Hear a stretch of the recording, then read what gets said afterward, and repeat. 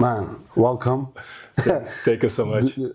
From the day one that I met you, not because of your fascinating career that you worked with Giorgio Armani, Dolce Gabbana, Jean-Paul Gaultier, Yes. and you did lots of work Guess for is very- Guess very for a important. very long time. You were face of the brand, not because of that. And you didn't actually tell me about this when you first met me, and I was really impressed and amazed with your energy. And there is wiseness that comes with it. When I see you first time, all I can see is that wiseness, that calmness, that energy, that beautiful energy, but power with that calmness too. I really wanted to talk to you in this podcast because we never know who we can inspire. Yes. And I'm so glad we're here today. What's up? How are you doing? Very good, brother. I feel honored to be here in your presence in this podcast. And it's the same like when we met, was immediately also, you got my attention, the way we speak, the way we behave. And I think you recognize these things in me because you also have this inside. Because usually when we are outside of our houses, most of us, we wear a mask, a social mask. And when someone can look at you for such a short time and see through the mask, to see not how you are behaving, but how you actually feel inside, you have to be really connected to yourself, a spiritual person, to understand that person beyond the mask, Yeah, and absolutely. so that's how you saw in me, and I saw the same, but we didn't know why. There was no reason in words to make us believe that. It was just like we talk a little bit, and we already understand. Let's continue the conversation. Oh, absolutely, absolutely. And this doesn't happen very often, No. and I appreciate it. And I feel grateful that God put us on the same path, and we met. And now, hopefully, like I said, your story, we're going to talk about it a bit. Hopefully, it can, and I know it will inspire some people out there. So let's start with the beginning. So you're from Brazil. I'm from Brazil. From a very small village. Yeah, it's not a around village, Sao Paulo. because like when we mention the size of the country, and you see like the size of my city. It's huge, man. Brazil is what? The fourth biggest or fifth biggest? I don't know, but it's really, really and big. population is what? Over 200 million? Yeah, Yeah, there you no, go. yes. And you have so many different cultures in there. it's huge. Blue eyes and brown eyes and Everything. blondes Japanese, and brunettes. Lebanese, German, Absolutely, everything mixed. That's why Brazil is so beautiful. Yeah, And everybody live in peace with this. Yeah. It's never been a problem. yeah. South is different. When I went to Porto Alegre, I couldn't believe. It's like Europe. Yeah, it's totally different people. And when you're in Rio, it's different. Yeah. Sao Paulo is different. Yeah. But the vibe is, especially in Sao Paulo, I felt like Istanbul. It's like Istiklal. Yeah, It gives you, it gave me the same Nobody vibe. stops Yeah. to talk, and it's always in a run, suits and high buildings. Yeah. And Yeah. you were born in there. I was born in a small city, but it's not a village. But when you compare to Brazil and the size of my city, it can consider like a village mentality, let's say, very close-minded, conservative. It's like, it's just the environment, how you feel. If you feel like in a village compared to the size of Brazil, Yeah. but it's like 150,000 people. Yeah. But it doesn't feel like that. It feels very small. Well, after all the countries that you've been to, probably now you look back and you say, oh, it was small. How old were you when you left? I left when I was 19 years old. So you've been away home for about 16 years. 13. 13 years. No, 13, 14 years. Yeah. Wow. Because actually I left home 19 years old. I went to São Paulo, to the big city first, Okay. for the first trial Okay. in the modeling business. Yeah. And then I stayed 1 year in São Paulo, 1 year and a half. And then I left to Malaysia. How was modeling business when you first started? Oh, it was very tough for me because I grew up in the city, Yeah. also conservative, close-minded. Yeah. And when you go, and I also, my dream, my goal at that time was to be in the military.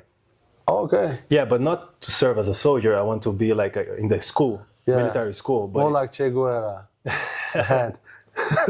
no, different style. But I want to go to the military school where you study, like you choose on university inside of the military. And then when you leave like a tenant, like some high, how's it called? Like, The statue. yeah. So it's not like a soldier. So you start like this, but the test, the intellectual test to enter this is very hard. And my education was in public schools. I didn't have enough education for that to pass immediately in a test like that. So I was stuck working in a normal business, like selling clothes or selling food for animals. Normal, like pharmacies. I was working in this, and I felt I'm already 19, I'm stuck, I cannot study. And then they text me. But you're not type of person, were you posting photos that time? Yeah, but not so much. It was not really popular too. Okay. We put some things. Yeah. But they wrote me anyways if I want to be a model, and for me it was a shock. I never thought about it. Must be good photo, don't be humble. No, it was not, because it was not popular selfies these times, or nobody cared. Yeah. You just put for the girls to see. Okay, yeah. You know, okay, you fair wanna enough. yeah. So what is good enough, and that's it. And who was the person who wrote you? Somebody wrote me from São Paulo. You don't remember? I remember exactly these guys, because they were not true.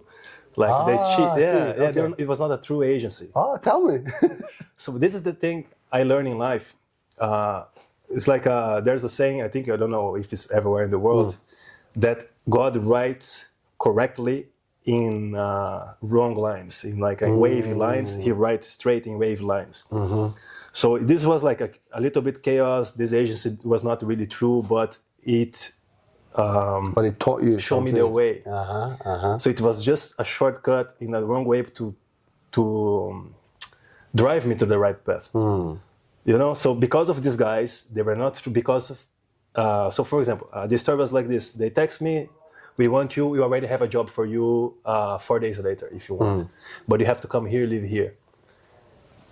I made my decision immediately, because I look at my life, I see that it's hopeless, because I'm working full day. I don't have energy and time to study. I don't have enough money to pay private university.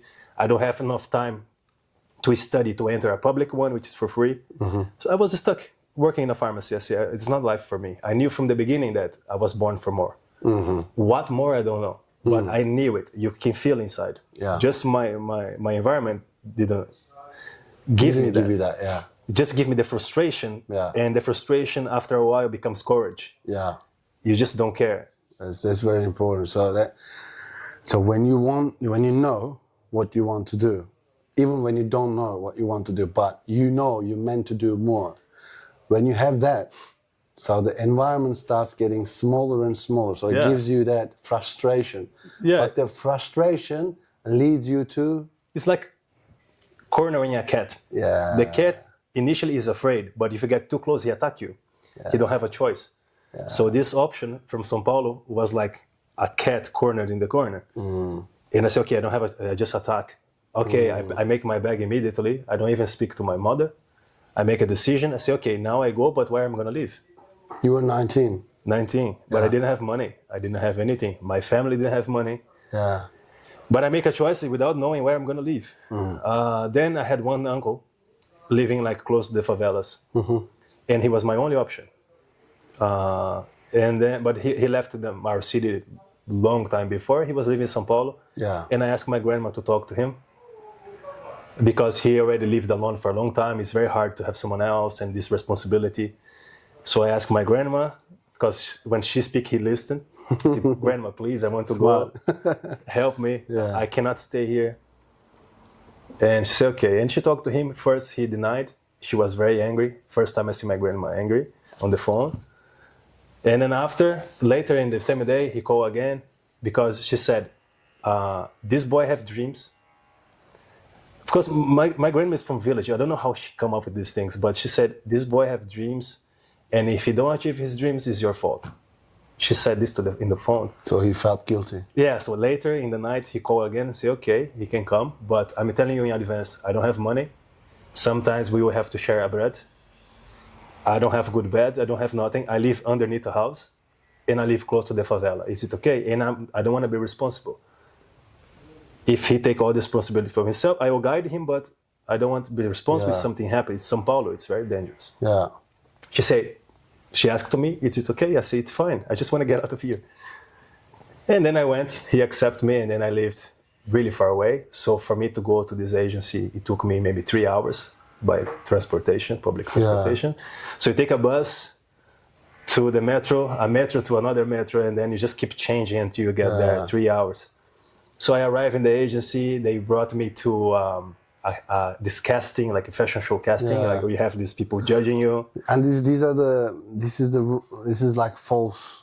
Yeah, but I didn't know. So at the point I arrived, so they had this setup. They had the building. Okay. It's like twin brothers. Yeah. And they say, okay, when I arrived in the agency, on the day they said I had a job, my job was supposed to be the next day. But when I arrived in the agency, they say, your job is canceled. Something happened. But I have a new client for you to meet today. I say, hey, in 1 hour. So I went with my uncle to eat something cheap because we didn't have money, just some snack. We come back and then they say, okay, we go with the car to this place. I arrive, a lot of models like casting for the São Paulo Fashion Week, and a lot of people judging there.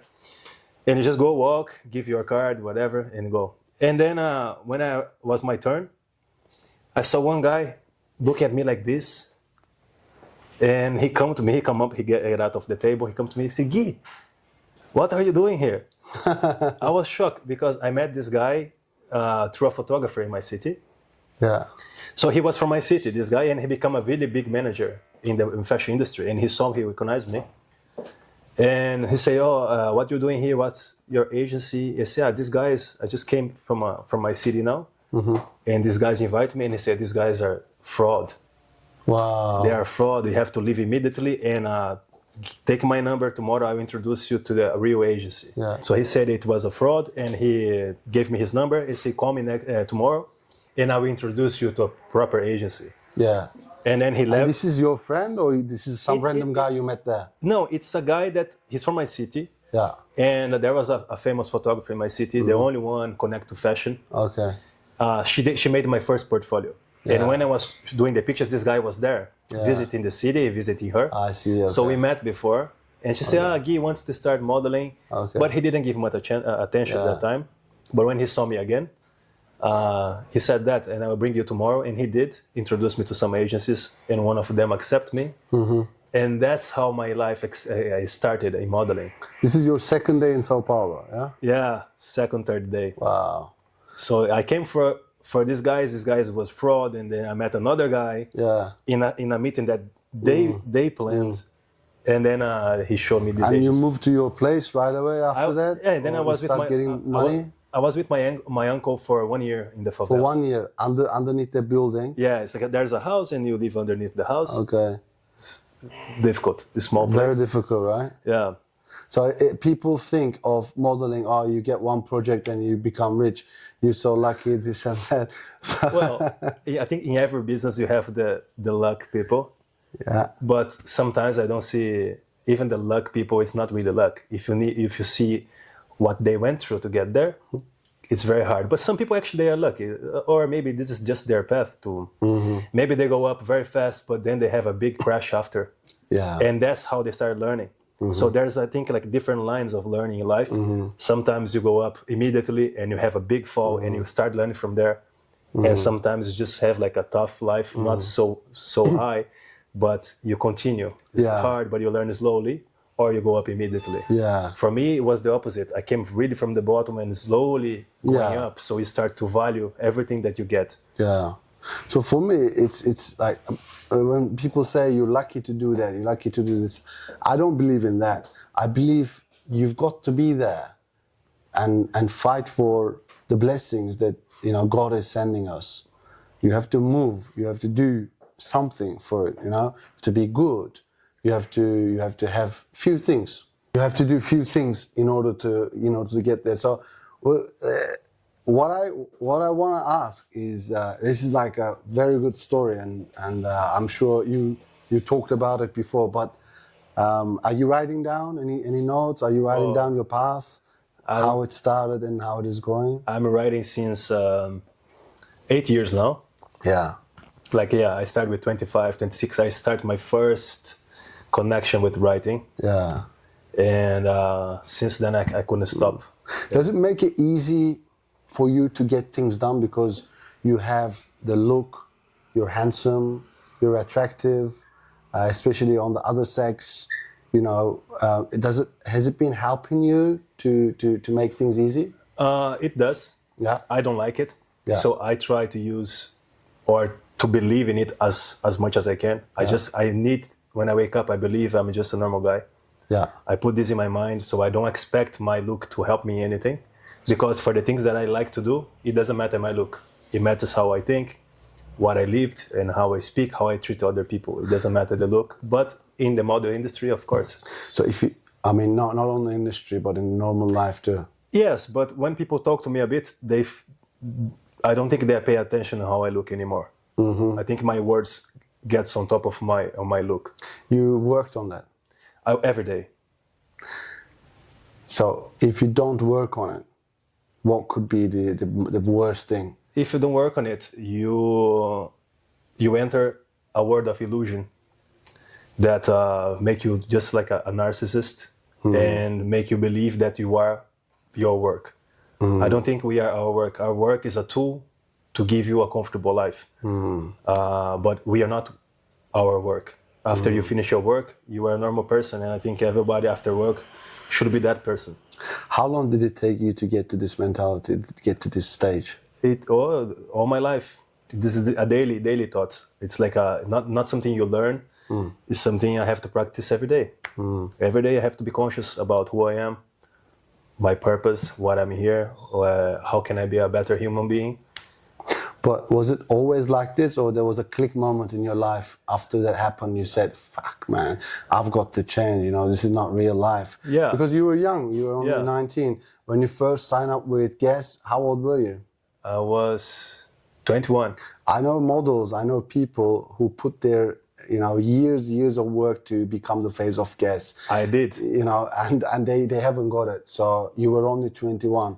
So when you get this kind of top job in that age, and you could, everything gets available to you.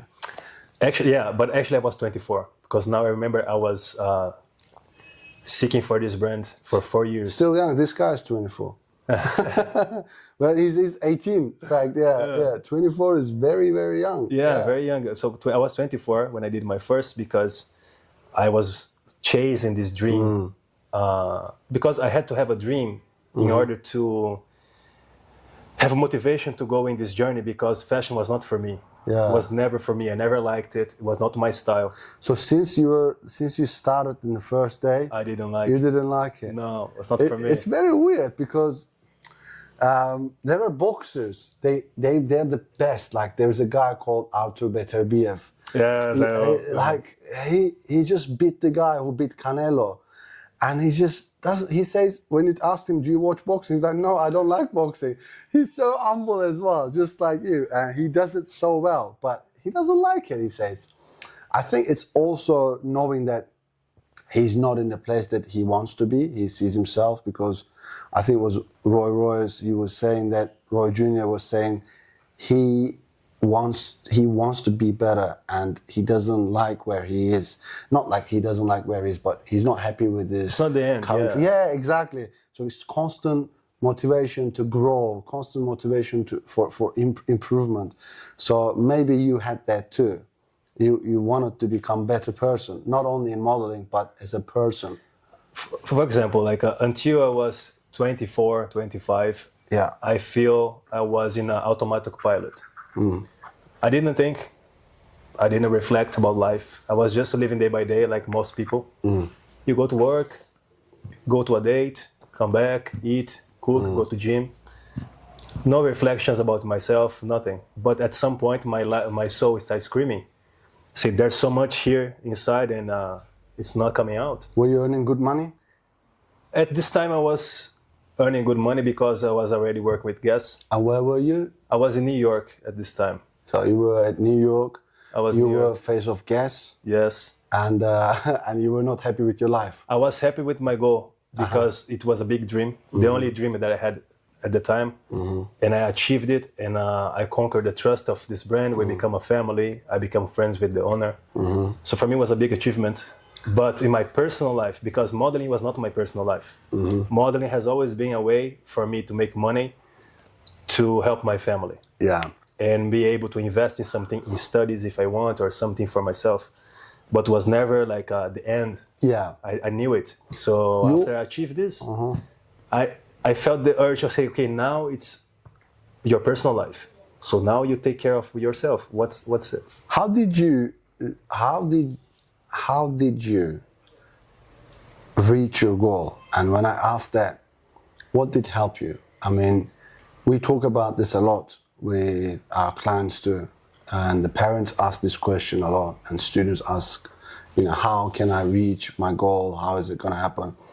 So you are coming from very humble beginning. Yes. Very, very humble, place that you were born in, and the education you got, it was not mega. And you speak good English, you went to New York, you had to communicate with people, because I think people underestimate modeling a lot. For sure. They don't understand what kind of level of communication you have to have. Yes. You have to understand, if you don't understand one word, it can ruin your career.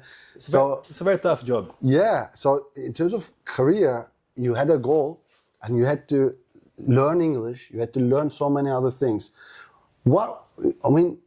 Did it help you in the way that your mother raised you? It helped me to keep me on the right path, because this industry can be very dark and can offer you many shortcuts. What kind of shortcuts? Shortcuts like dating people in exchange for career, big work. Yeah. Corrupting yourself. Yeah. Corrupting they your will values finish one day. in order to get something. A lot of people take the shortcut, but the teachings from my mother taught me, if you really got to a point in whatever you choose in your life that you have to corrupt your values, come back and do anything else. Clean the streets, be it whatever, doesn't matter. There's doesn't matter what you do, but just never break your values. You don't corrupt your. How was there anything specific she did? I mean, when you're in a different country and you've been to what? USA, France, Germany, Portugal, Spain, Italy, Russia, yes. And now in Turkey, you've been living everywhere. China, Malaysia. Africa. So you need survival skills in order to live in these countries.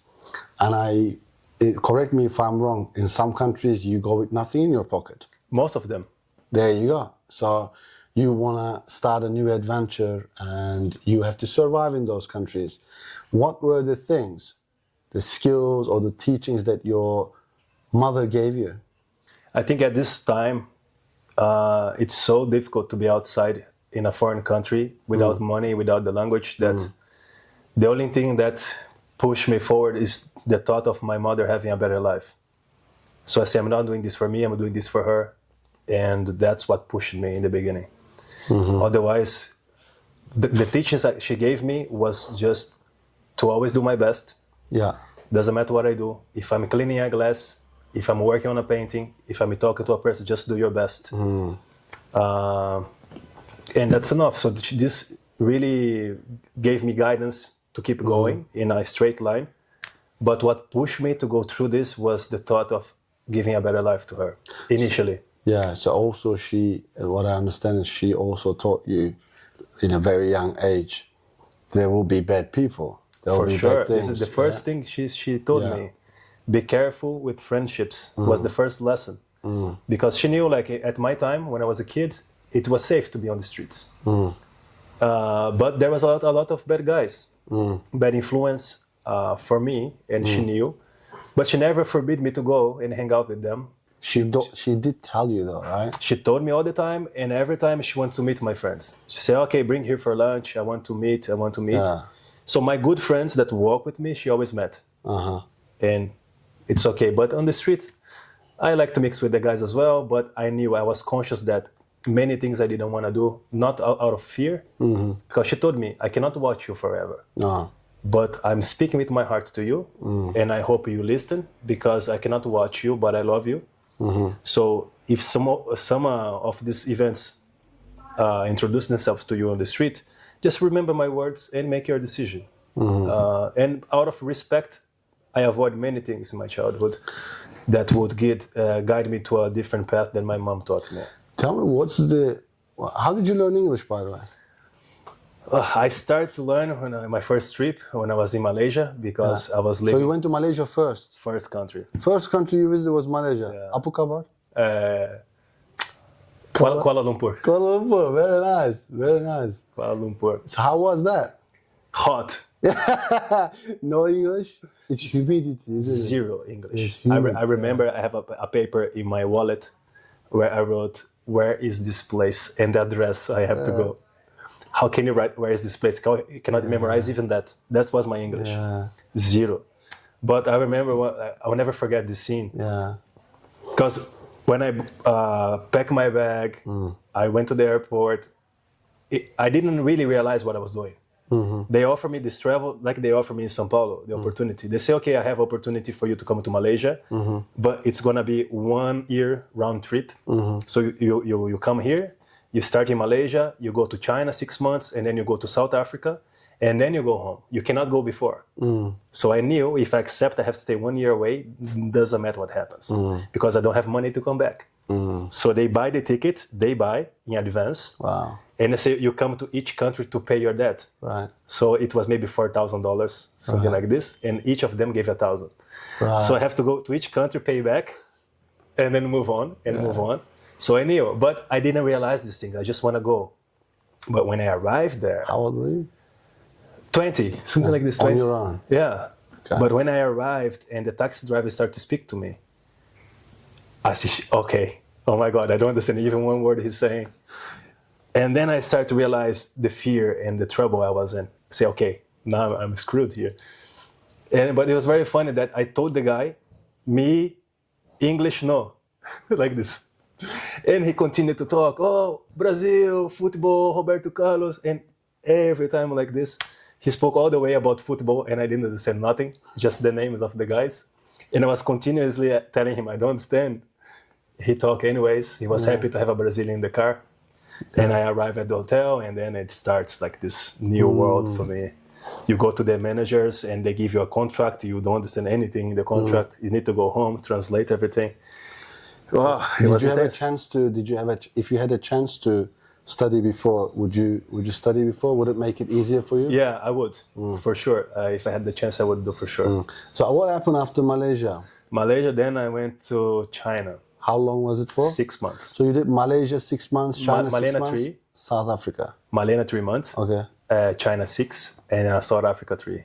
Okay. months. And then after that, After that, I returned to Brazil. were you preparing yourself for the guests, or you didn't think you could do that, or did you realize I it? realized that in São Paulo already. Ah, Because I was walking on the street, thinking about my life, and say I don't have really motivation for this, besides helping my mother.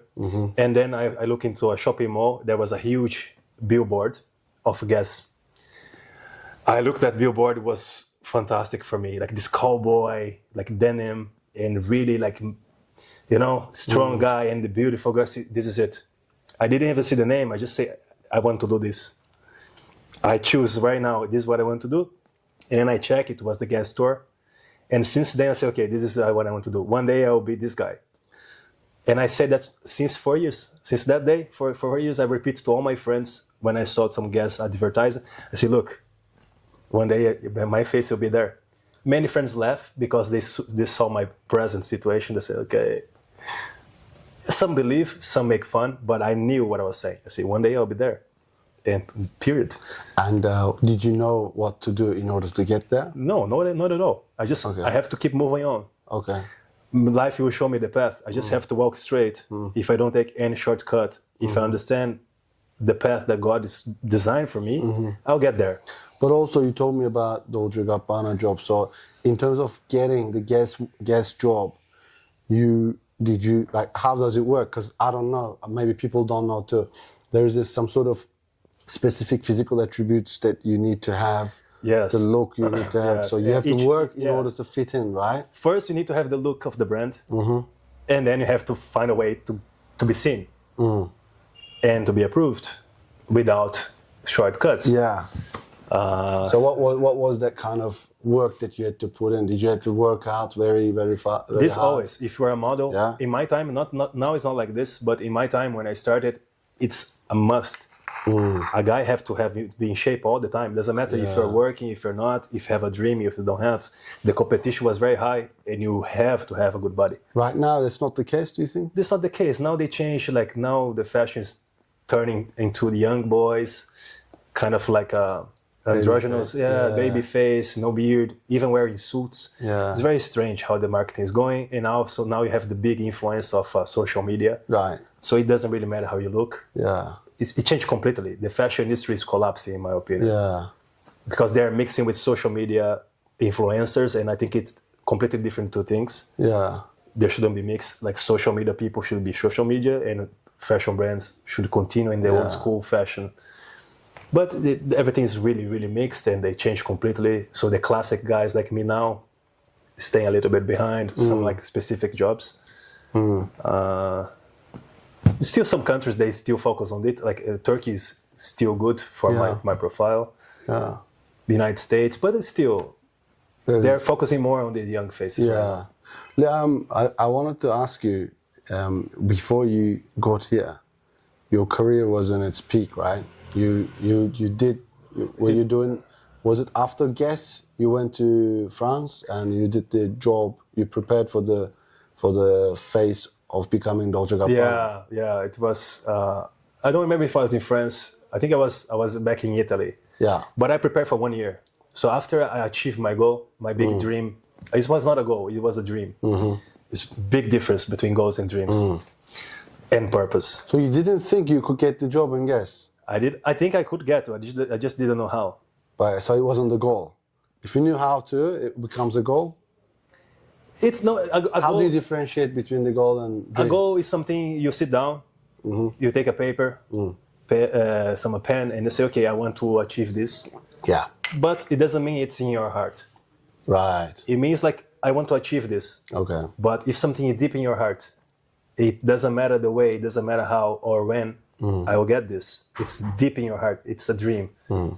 So it's different things. I have many goals in my life. I want to finish this. I want to finish that. I want to go back to gym. I want to have my black belt. But it's not deep in my heart like it was. Like I have new dreams now. And it's deep in your heart. It doesn't matter what happens. It's not a goal. You sit down. You don't need to write down. You know. Yeah. You know exactly what it is. Yeah. And if you don't know, maybe you should sit down with yourself and figure out. It's good to have. This is the biggest motivation in life, to have a dream. Yeah. And then you have goals, maybe to guide you to that dream. Goals is in the middle. Small things that you achieve to get there. In order to get into where you want to be. Yeah, like your big dream, because dreams can be simple, but simplicity is very hard found nowadays. Do you have a dream now? I have. Is it difficult to say it now, or you want to write it down? You're working on it. My dream right now is to be able to live my life only with my writing, selling my books, and also to have a family. So this is my two dreams: like to buy a small farm or like a ranch, doesn't matter. Have my family, some friends around. We make a community and live by writing my books. This is my top dream at the moment. That's all I want. So looks simple, a little ranch, some people around writing books. Okay, it's not so big for some people, but for me, it's still very far from my reality. I can assure you, it's a very big thing for everyone. It sounds simple, it sounds easy, but it's difficult. Sometimes, the things that sound the most simple, they can be the most difficult, especially in this modern age. Yeah.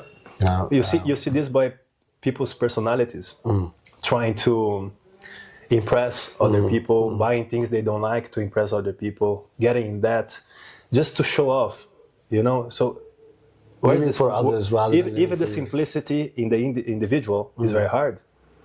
So if you're not simple yourself, how can you dream simple? Yeah. So first you need to achieve, like I say, I can live a simple life and be a simple person, and then you can have a simple dream. But all of this is a really hard work, because you need to sit down with yourself quietly and ask questions which you cannot answer. So your goal is to answer them. And when you answer them, you get to know yourself. But to get this time in this chaotic world, to get this time with yourself where you don't feel anxiety, is very hard in the beginning. To sit down 1 hour and just think. Sit down, think about your life. What can you improve? What did you do that you regret, you don't want to repeat? Because many things in life comes like a pattern and a cycle. It comes back. So you have a chance to change. Yeah. Because that situation will come again to you and you have the chance to act differently. Yeah. But if you don't sit down to think, your impulse will be faster and you're going to do the same. Yeah, absolutely. I agree. And we encourage people to do the same thing. Only dead fish goes with the flow. You know, you got to understand where you are emotionally, mentally. Where is your heart? Where is your head? Can you get to where you want to go to? Understanding where do you want to go to? Some people don't even know what they don't want. You know, especially today's world, the society and the environment constantly feeding people to get what they don't need to get. You know, and to go to where they don't need to go to. But making them believe they need. Absolutely. So there is this these people behind, they're fooling other people, making them believe they need these things. Yeah. And because they don't have any other, it's not they don't have, but like people are, your phone now is like full of crap. Unnecessary things. Yeah. So people don't spend time to use that. To, you know, like to choose and take time to, how is it called? Recycle the news, what they see, to filter. They don't have this time. So the first thing they see, it match with their current mentality. I follow this. And then they fight for that, but they don't even know what it means because they don't go deep to study and to understand. So most of the information that people believe and they guide their lives towards this is the superficial, the first line of information, which is very, very dangerous. But they search very fast because they don't have patience to really study, take one topic and search in other founts. It's just, I see this, I believe in it because it connects with my thoughts. And then when you have an argument, you even discuss with your friends, something like that. But you don't have argument to prove why you believe in this. You just believe because you need to believe in something. And this is fast information, it's enough for you. You don't want to sit down and filter it. Yeah. So the way that people right now, how, get manipulated is because they don't sit down and write down what they want or think about what they want. It's not about writing down as well. Like you said, giving yourself 5 minutes, giving yourself 10 minutes, and think about where you are and feeling grateful for what we have, hands and feet, because we don't need to get into that cycle of, they call it matrix, or they call it, whatever they call it. You don't need to. The thing is, when you have a goal, when you have a purpose in this life, you automatically filtering yourself from there. So you get to where you want to go to. It's very simple, but it's very hard too. So every day, you training yourself, you're educating yourself, and you're reminding yourself where you are and where you want to be. Yes, it's very important to know where you are. Yeah. But for me, when people ask me how did I find out the beginning of the path, the beginning of the journey, your first step in the direction I am now, I cannot remember. But what I can say for sure is it's very hard when you're lost, when your heart, your soul, your mind, they are not in balance. They're mixed. You don't know which one is feeling or thinking. It's all a whole mess. So it's very hard to know what you want. So first, I think comes the feeling that I'm not happy. I'm not satisfied with this life that I have. I need something else. So you ask the universe or you ask God, please give me something else. I feel I was born for more, but I cannot see. Show me the path. So I think this is the first step. And for me, it was, instead of knowing what I want, was to recognize what I don't want. So when you start to recognize what you don't want, you filter. I say, I don't want this, I don't want this, I don't want this. And then when you see, there's only one thing left. Now it's clean. Clear. Now I see what I want, but not because you found out, because you just clean everything you don't want. Yeah. I don't want to be like this. I don't want to act like this. I don't want to follow this trend.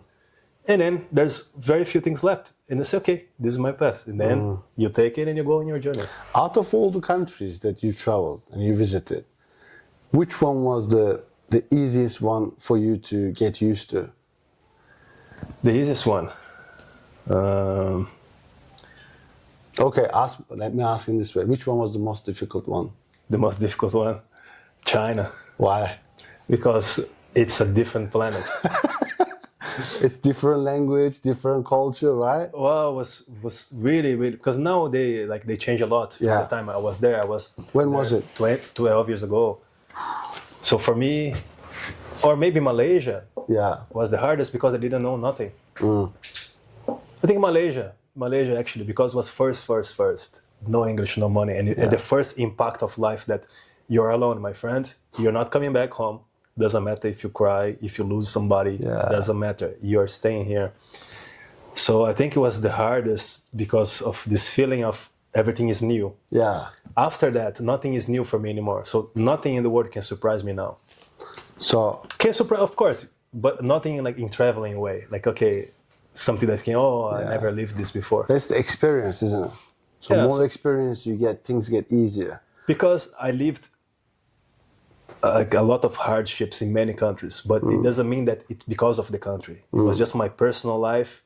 I had to go through that, and I happened to be in that country.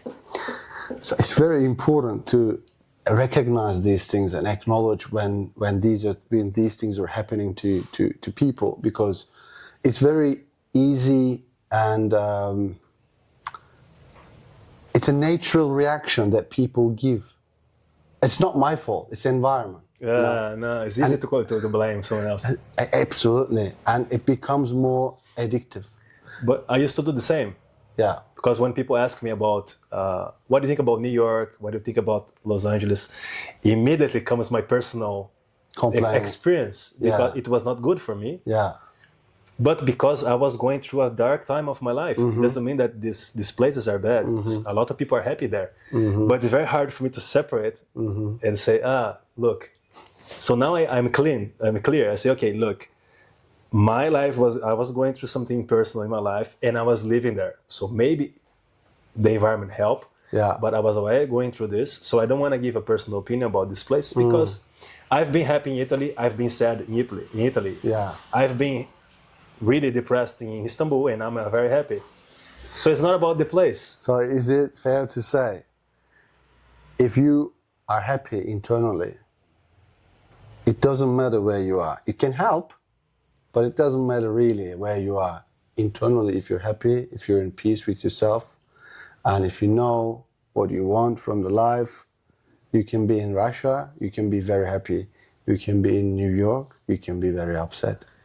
For me, right now, I think I'm in a different stage. Like for me, I know my happiness and my peace will never be found in New York. Yeah. For example. So now I start to filter again. In the past, okay, I feel peace, I feel happy, it's okay. Doesn't matter where I was, because I was like sailing around the world. But now I need to be grounded. Because the reason why I ask you is, there are so many youngsters living in Turkey right now. They want to escape. And they say, wherever I go, it's going to be better than here. And they want to go to USA, they go to Mexican border, they run, and it makes me very upset because it's not that easy to live in USA. But they need to know. Now, as a friend, when they say the same thing to me, I say, bro, it's not like this, I live there. But now, I say, I support you. Because I know they're going to bring their asses back in 2 months. When they see the reality, they come back. So how important would have been if you had a guide or if you had a mentor? My life would be completely different for sure. I wish I had. Yeah. Like, I don't regret my mistakes. Somehow it guided me to what I am today, but I wish I had a mentor.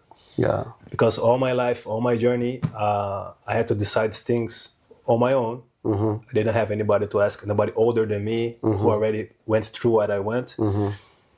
I didn't have. So you have two choices, you have to make one. At this time, it looks like this one is the best choice, but later on I say, okay, maybe not, and then I pay the price. Okay. And sometimes it's a very expensive price you pay for mistakes. Yeah. But and then you have a new choice in your life you have to make between two things. And at this time, it looks the best, but later on, it looks different. But you don't know. Yeah. So because you never lived before. It's the first time you're seeing this. Absolutely. If you had a mentor to guide you, it's easier to avoid some things. Some things in life you need to go through on your own, feel in your skin, but some things you can avoid. They can waste time. Quick answers. What was the best brand you worked with? Guess. What was the most influential person that you met?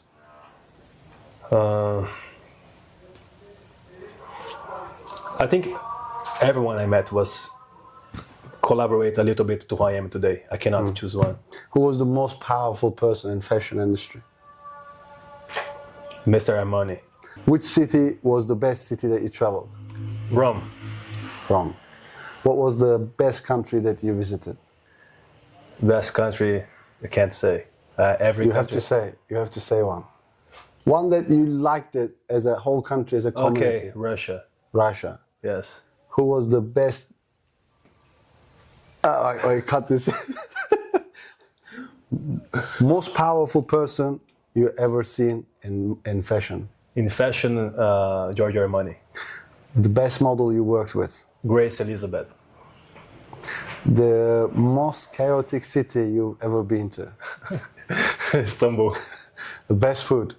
Best food, Italy.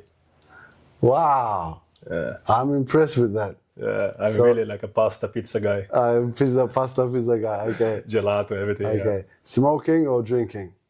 Together. Smoke and drink together. They're made for each other. They're made for each other. You cannot separate this. If you have to choose one. Drinking. Martial arts or fitness? Martial arts. Podcast or reading? This is my first experience with podcast. It's very interesting. Yeah. If all the podcast is like this, I prefer the podcast. But I also love reading. Writing or drawing? Writing. Okay. Blonde or brunette? Brunette, for sure. I really hope you won't get married with someone who's blonde. Yes. You will regret your answer. No, because I'm already trying to please someone. Okay. You know what I mean? There's a reason for this answer right now. Okay. We focus on the present. On the present, this is a good answer. Yeah. In the future, maybe I can say, I was mistaken. Maybe things change. City life or farm life? Farm life, 100%. Malaysia or China? Oh, I think Malaysia will always be the most special for me because it was my first. Okay. Now we're gonna go really fast. You're gonna give one answer and we're gonna continue. Okay, I'm gonna go through only countries. You're gonna choose one. Okay? Just say, choose for what? In which way? You're gonna say whichever you prefer. Which one you like more. Okay. Okay? You've been to Singapore as well? Singapore, no. Okay, Malaysia, Indonesia? No. Thailand? No, in Asia, only China and Vietnam? Malaysia. Malaysia, okay. In Asia, yeah. Then I travel more in Europe. And, Europe, Germany, Italy, Spain, Portugal. Okay, I'm gonna go now, starting. Okay, you ready? Okay. Okay, go. China or Malaysia? Malaysia. Malaysia or South Africa? South Africa. South Africa, Germany? Germany. Germany, Italy? Italy. Italy, France? Italy. Italy, Russia? Russia. Russia, Turkey? This is not good. I knew you were coming to this point. Right now, according to what I'm living in this moment of my life, Turkey. Turkey or States? Turkey. Turkey or Portugal? Turkey. Now Turkey will be the number one of everything you say because of what I'm living here. Okay. 3 months ago, my answer would be Russia. Because of my life that I was living there and my goals and my purpose. It was aligned to Russia. But now life brought me back to Turkey and it's the most special country for me in the moment. Would you say, when you're in the environment, loving your environment, putting effort into understanding people, culture, language, and surroundings will help you internally to become a better person, to become a happier person. And that's why you love currently where you are, because you're in peace with your decision and your current life. I think it's really important to like when you visit a new country, to understand the culture. Because sometimes they act in a way that you're not used to, but it doesn't mean that they're misbehaving or something. It's something they are used to. It's part of them. Like the mysticism, like how you treat each other, how you talk, how you hug. Everything is important because you grew up like that. So it's a completely different world for me. So it's really important for me to listen more, to watch, to understand the culture at least a little bit, learn some small words so people understand that you are curious, you care about the culture. And you will create a small community around you, which makes your living much, much easier and happier. And gets, like, a lot of the stress is removed by understanding that that's how they are. And if you are a foreigner in this country, you have to respect the culture, and if you can, also get into it, so you understand how they feel, and then a lot of the stress will be removed. Because what bothered you before, now you understand the reason of it, and then maybe you are inside of the chaos as well.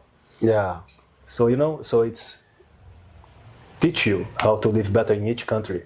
Yeah. So you need to adapt yourself, you need to respect. Of course, you always keep your essence from where you're from, which is what makes you stand out. But to show interest and know a little bit of the culture and try to understand why they do what they do is very important. As Brazilians, you have very good sense of humor.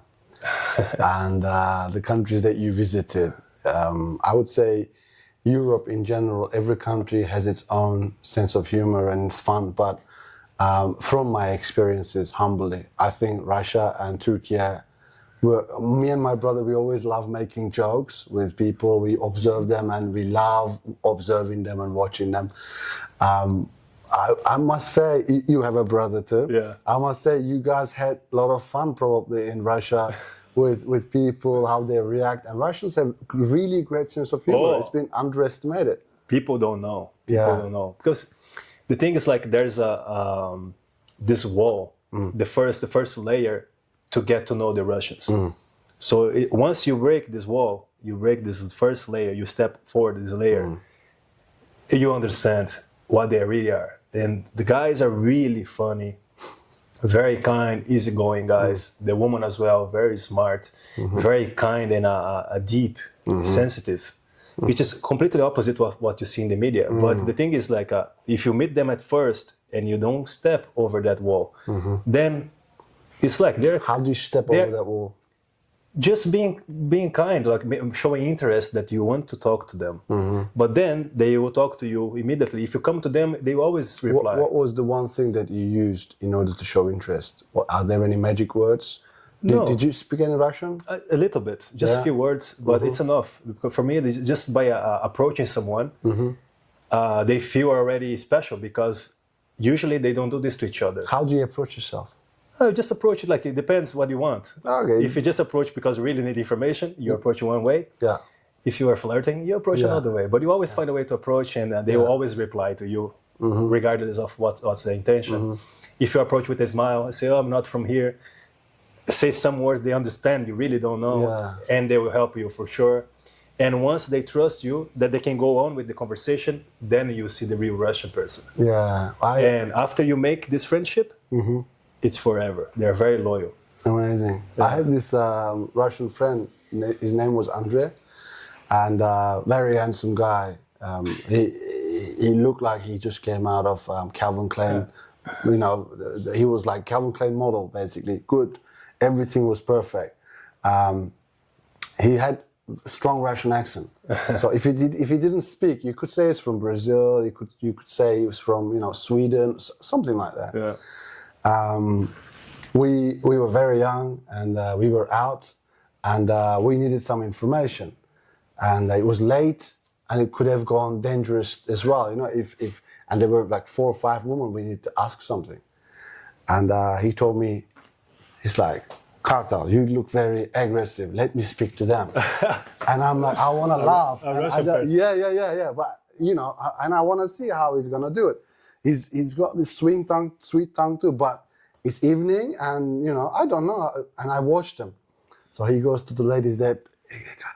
Hello, sunshine. How are you? And I was like, I lost myself. I was laughing very hard. But like you said, the approach is very important. And it went well for him, showing that effort. Because they know your intentions when you approach.